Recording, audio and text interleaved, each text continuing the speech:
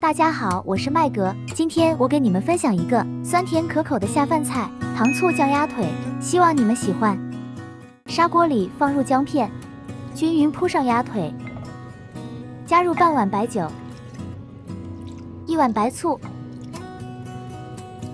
，1碗酱油，2片黄片糖铺面，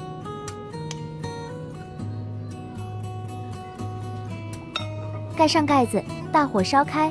转小火煮20分钟。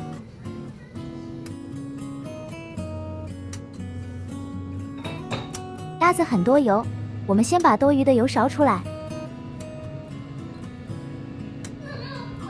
接下来开大火收汁，收汁的同时，我们往表面淋酱汁。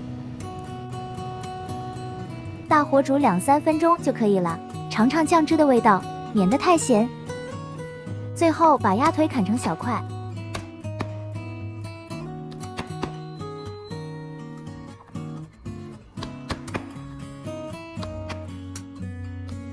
我们的糖醋酱鸭腿就做好了，酸甜可口，非常下饭。